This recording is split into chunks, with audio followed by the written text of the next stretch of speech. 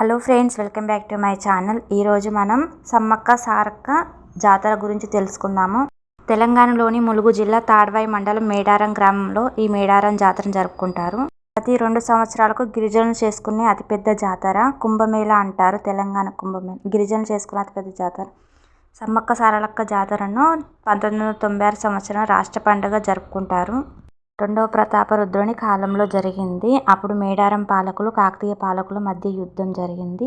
ఈ యుద్ధంలోనే సమ్మక్క సారక్కలు కూడా పాల్గొన్నారు. సమ్మక్క తల్లిది జగిత్యాల జిల్లా పోలస గ్రామంకు చెందినవారు. మేడారం పాలకులైన పగిడిద్దరాజుతో వివాహం జరిగింది.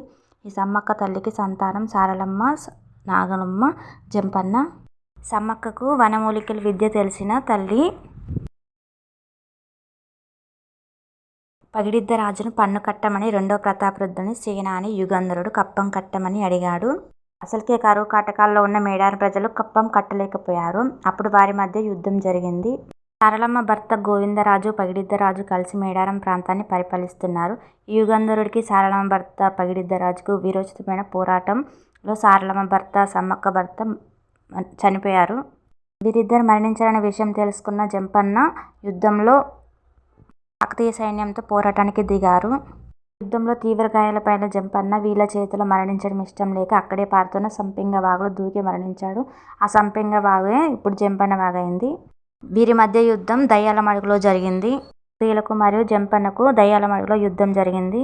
ఇప్పుడైతే భర్తలు చనిపోయారనే విషయం తెలుసుకున్న సమ్మక్క సారలక్క కూడా యుద్ధంలో ప్రవేశించారు. అప్పుడు సారలమ్మ మరణించింది. సమ్మక్క తల్లి కాకతీయ సైన్యంతో వీరోచిత పోరాటం చేసింది. కాకతీయ సైన్యంతో వీర పోరాటం చేసింది. నా వల్ల అమాయకులైన ప్రజలు మరణిస్తున్నారు అంటే కాకతీయ సైన్యం మరణిస్తున్నారని కలత చెంది సమ్మక్క తల్లి అడవుల్లోకి వెళ్ళి ఒక కుంకుమ భరణ రూపంలో దర్శనమిచ్చింది.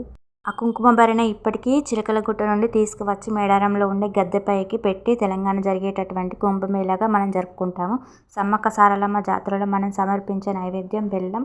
సమ్మక్క సారలమ్మకు నిలువెత్తు బంగారాన్ని సమర్పిస్తాము. ఈ జాతరను మాఘశుద్ధ పౌర్ణమి నాడు జరుపుకుంటారు. 4 రోజుల పాటు జరుపుకుంటారు. జాతర ప్రారంభం కాకముందే ఒక రోజు ముందే మంగళవారం నాడు గంగారం మండలం మహిబాద్ పునుగొండ్ల పగిడిద్దరాజు గద్దెపైకి తీసుకొస్తారు. జాతర బుధవారం ప్రారంభమవుతుంది. సారలమ్మను కన్నెపల్లి గ్రామం నుండి తీసుకొస్తారు. రెండో రోజు అమ్మను ఎక్కడైతే సమ్మక్క తల్లి మాయమైందో కుంకుమభరణి రూపంలో గద్దెపైకి తీసుకొస్తారు చిలకలగుట్ట నుండి. రోజు పగిడిద్దరాజు, సమ్మక్క సారలమ్మ పూజలు అందుకుంటారు. 4వ రోజు అమ్మవారు వనప్రవేశం చేస్తారు.